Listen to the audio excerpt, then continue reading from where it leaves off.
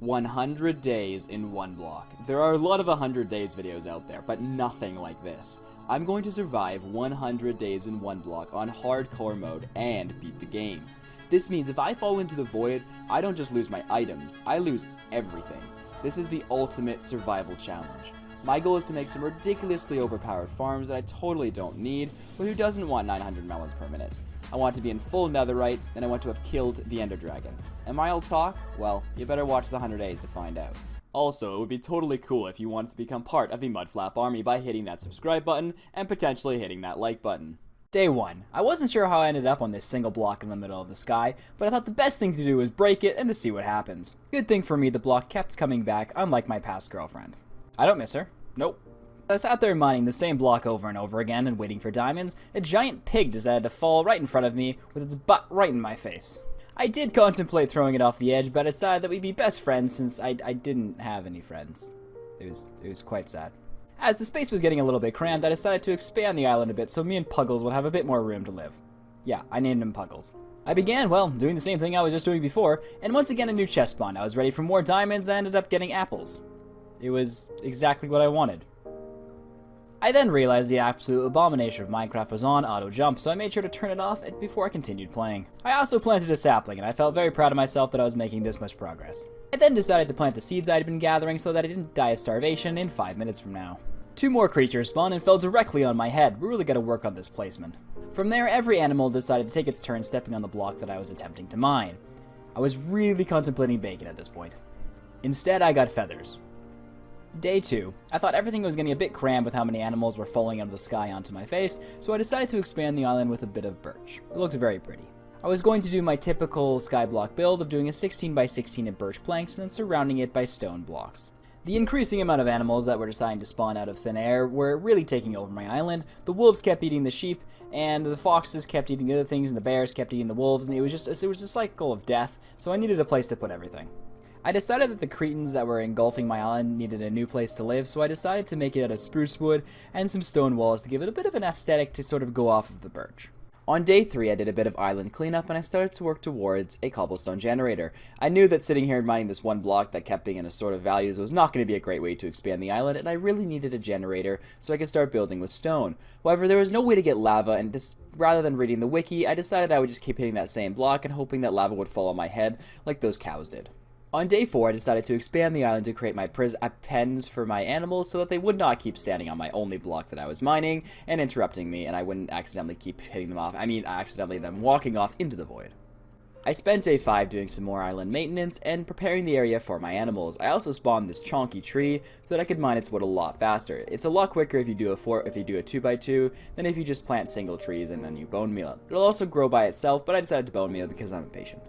I honestly spent day 6 to 10 doing little things around the island and continuing to mine the one block. I knew I needed a cobblestone generator to sort of take it to the next step because I didn't want to build the entire thing out of wood, and I needed a lot of stone elements to build the new farms. So I just kept mining the same block until hopefully, again, lava would fall on my face, but hopefully not kill me.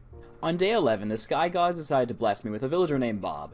Bob wasn't exactly the brightest villager in the world. I tried to trap him 3 times, but he escaped every single time, until he eventually walked into probably the worst trap of them all, and I blocked him in. I'm not exactly sure why he decided to go into that trap and not any of my ingenious other ones, but we did end up trapping Bob, and he is now safe.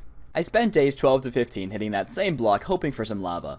Meanwhile, this random llama decided to spawn and stay on top of the block the entire time I was mining it, and then a random villager decided to spawn named Arnold, and this dude in a blue coat, not exactly sure what he does, but they all decided to roam around my island. I was too lazy to actually go and capture them, so I just let them go. Oh, and also some random villager named Owen spawned. Donkey. I spent day 16, you guessed it, still mining that same block. Still no lava. I don't know what to do at this point. On day 17, honestly, the only notable thing was this random guy decided to spawn inside of the block, which I'm not sure how he is still surviving, and stare me down as if I am breaking his home. Like, dude, it's not your home. Please just go to the side. On day 18, I finally got to the nether stage. I knew the nether stage had to have lava, right? It's only logical. Nether, lava, fire, burning, death. You know, it seems logical that it would spawn within this realm, right? That's very logical. Please spawn. Are you kidding me right now? I can get netherite, but I can't get 1 bucket of lava. And then, on day 19, like the PogChamp I am, I finally got the hot stuff.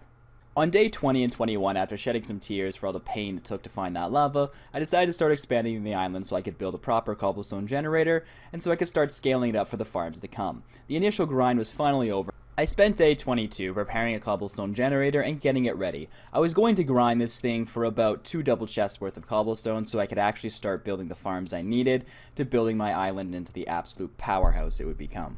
I went with a simple design, no loss cobblestone generator. You put the hoppers in the middle essentially and you just duplicate a normal cobblestone generator 3 times over.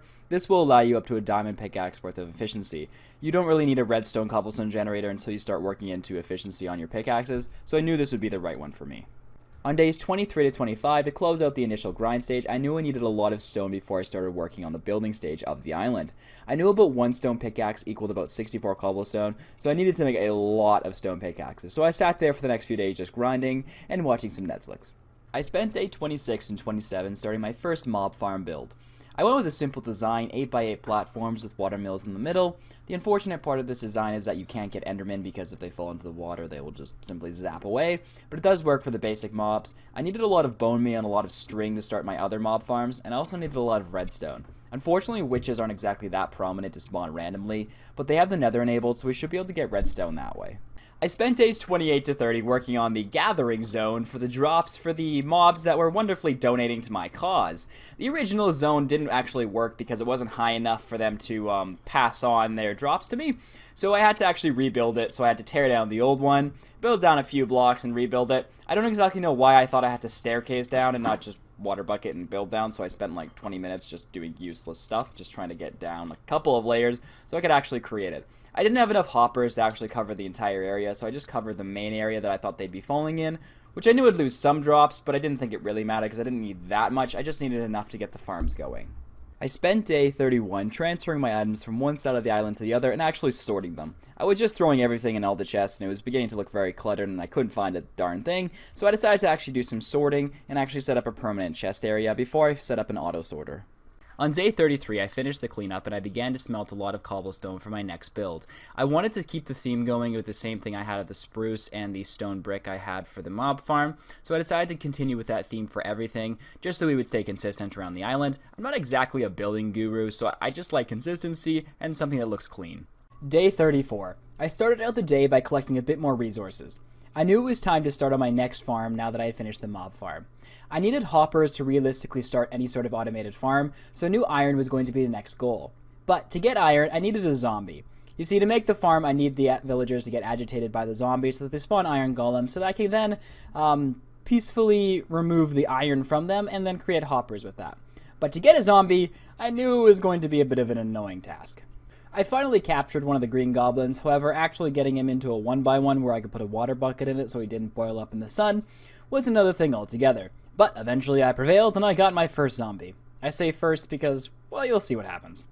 On day 36, I realized I needed more iron to make some hoppers for the new iron golem farm, which is ironic in and of itself, but I decided the only way to do that was to go to the nether and cross my fingers that the nether was normal, so I could go looting some fortresses and some bastions for some iron. So I mined some more blocks in the 1 block area, and I got 1 more obsidian, which is exactly what I needed, and I built my nether portal. I spent days 37 to 41 in the nether exploring it and trying for goodness sake to find another fortress. I just kept finding all these weird biomes that I did not know existed.